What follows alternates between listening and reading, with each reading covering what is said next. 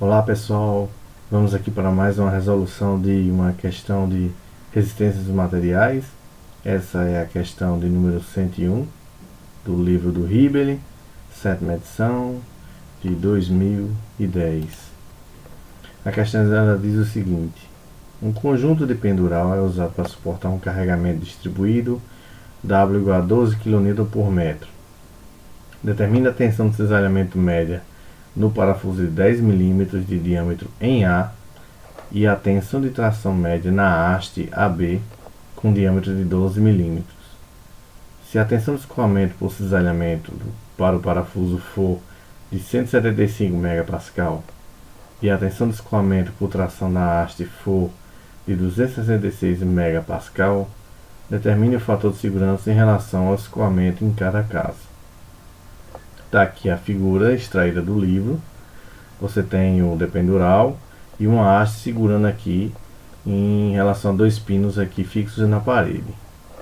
O carregamento distribuído é esse aqui, tá? E aqui tem as cotas.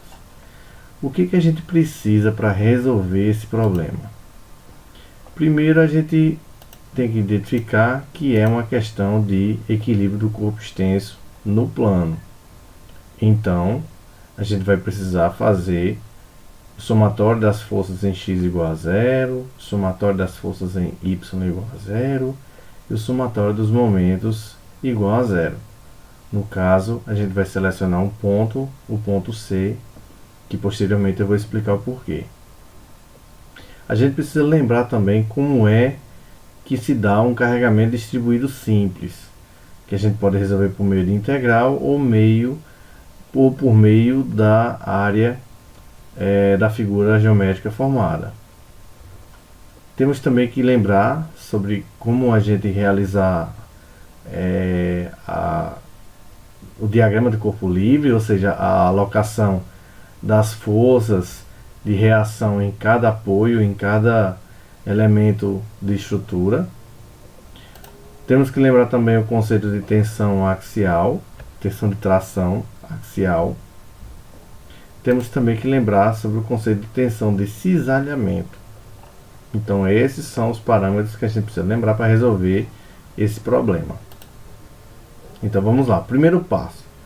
O primeiro passo é substituir esse carregamento distribuído simples por uma única força e localizá-la ao longo desse carregamento.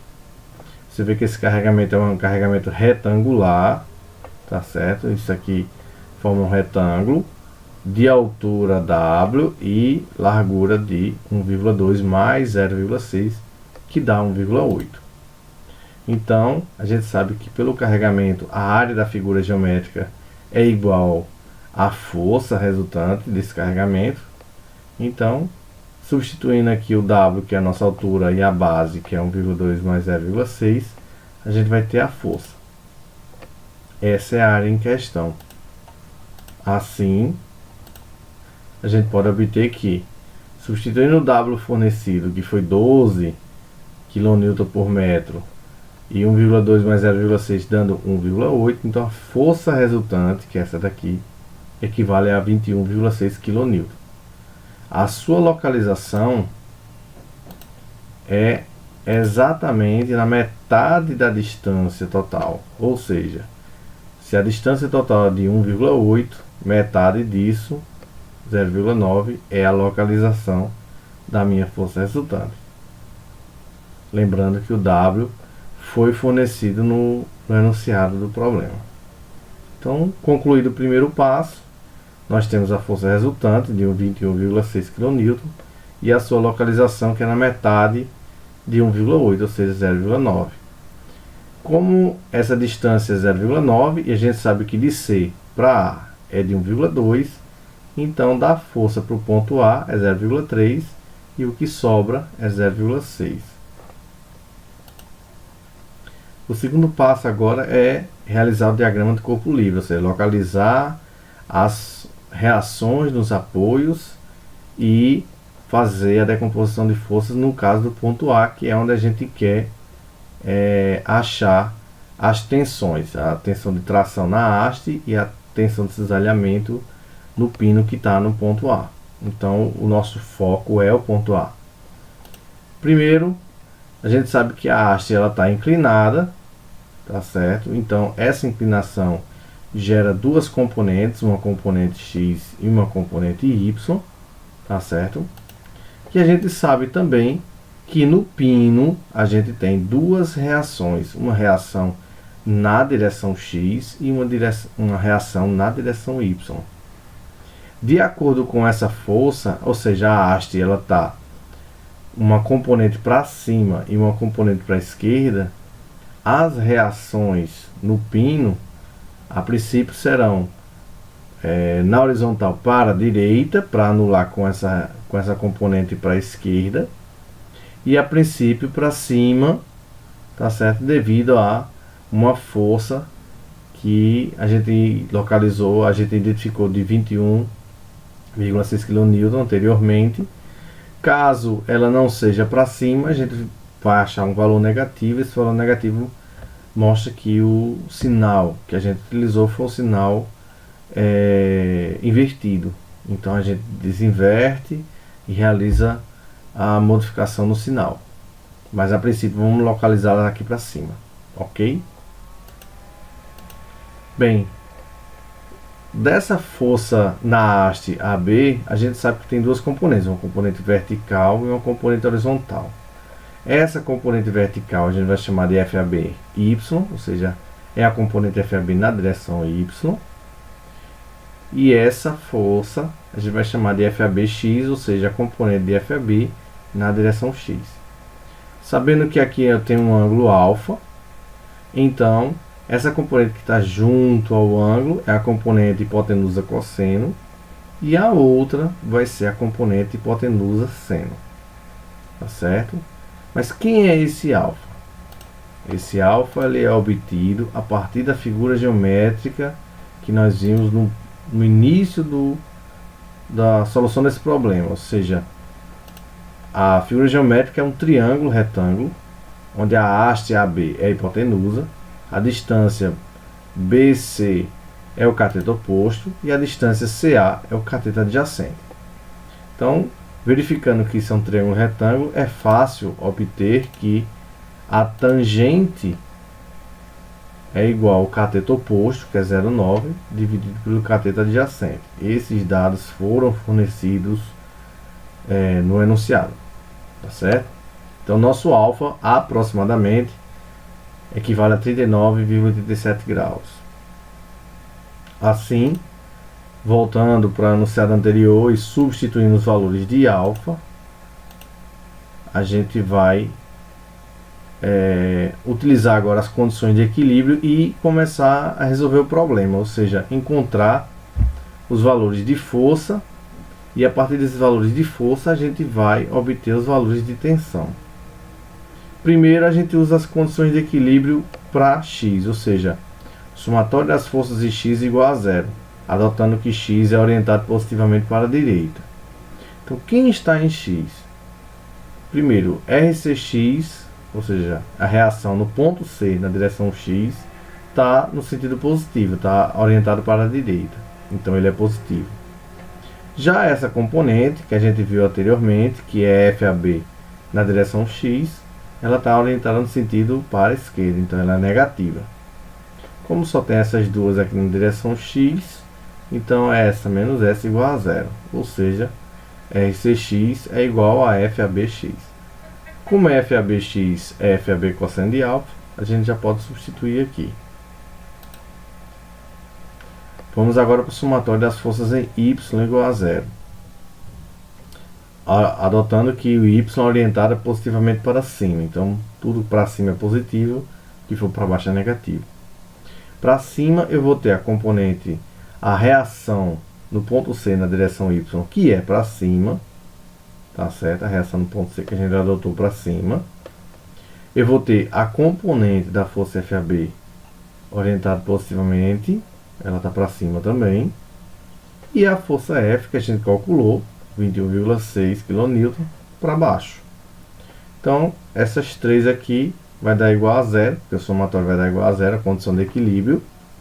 Portanto, passando esse F negativo para o outro lado da igualdade vai ficar positivo. Então, RCY mais FAB seno de alfa, que é o 36,87 graus, que a gente achou anteriormente, igual a 21,6 kN. Tanto o X quanto o Y, eu não vou utilizar agora porque a minha intenção é achar o valor de FAB e não achar os valores das reações. O valor de FAB eu vou encontrar a partir do somatório dos momentos em relação a algum ponto, tá certo? Nessa viga aqui. Vamos adotar o ponto C, porque adotando o ponto C a gente elimina RCX, RCY e essa componente, que é o FABX, para torque, ou seja, essa e essa força, todas elas passam pelo ponto C. Então, quem passa pelo ponto C não gera torque em relação ao ponto C, porque o braço de alavanca vai dar zero. Então, nós temos geradores de torque, o FABY e a força gerando torque em relação ao ponto C. Adotando o sentido anti-horário como o sentido positivo para torque, a gente verifica que a força F em relação ao ponto C, ela está no sentido a força F está no sentido horário em relação ao ponto C, tá certo? Se a gente adotou o sentido anti-horário como positivo, então essa força F vai gerar um torque no sentido negativo, tá certo? Então esse negativo quer dizer o sentido do torque. E o torque vai ser a força vezes o braço, uma força de F e o braço de 0,9. Tá aqui, F vezes 0,9. O negativo porque está no sentido horário. Já a força FAB no sentido vertical, ou seja, FABY, vai gerar um torque no sentido anti-horário. Sentido anti-horário é positivo, que a gente adotou como positivo. Então, o torque de FABY vai ser o próprio FABY, que é FAB seno de alfa, o alfa que a gente calculou, vezes a distância que é de C até o ponto A, 1,2. Tudo isso aqui igual a zero.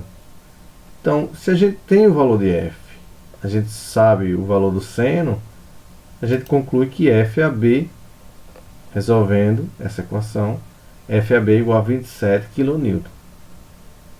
Encontrado o FAB, agora a gente pode analisar as tensões de tração na haste AB e a tensão de cisalhamento no parafuso que está no ponto A.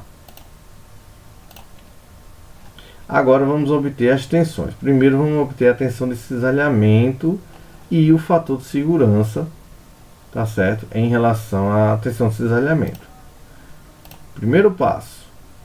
A tensão de cisalhamento, neste caso aqui no ponto A, ela é a força que está atuando no ponto A, dividido por 2 vezes a área. Por que 2 vezes a área? Porque o cisalhamento ele é duplo.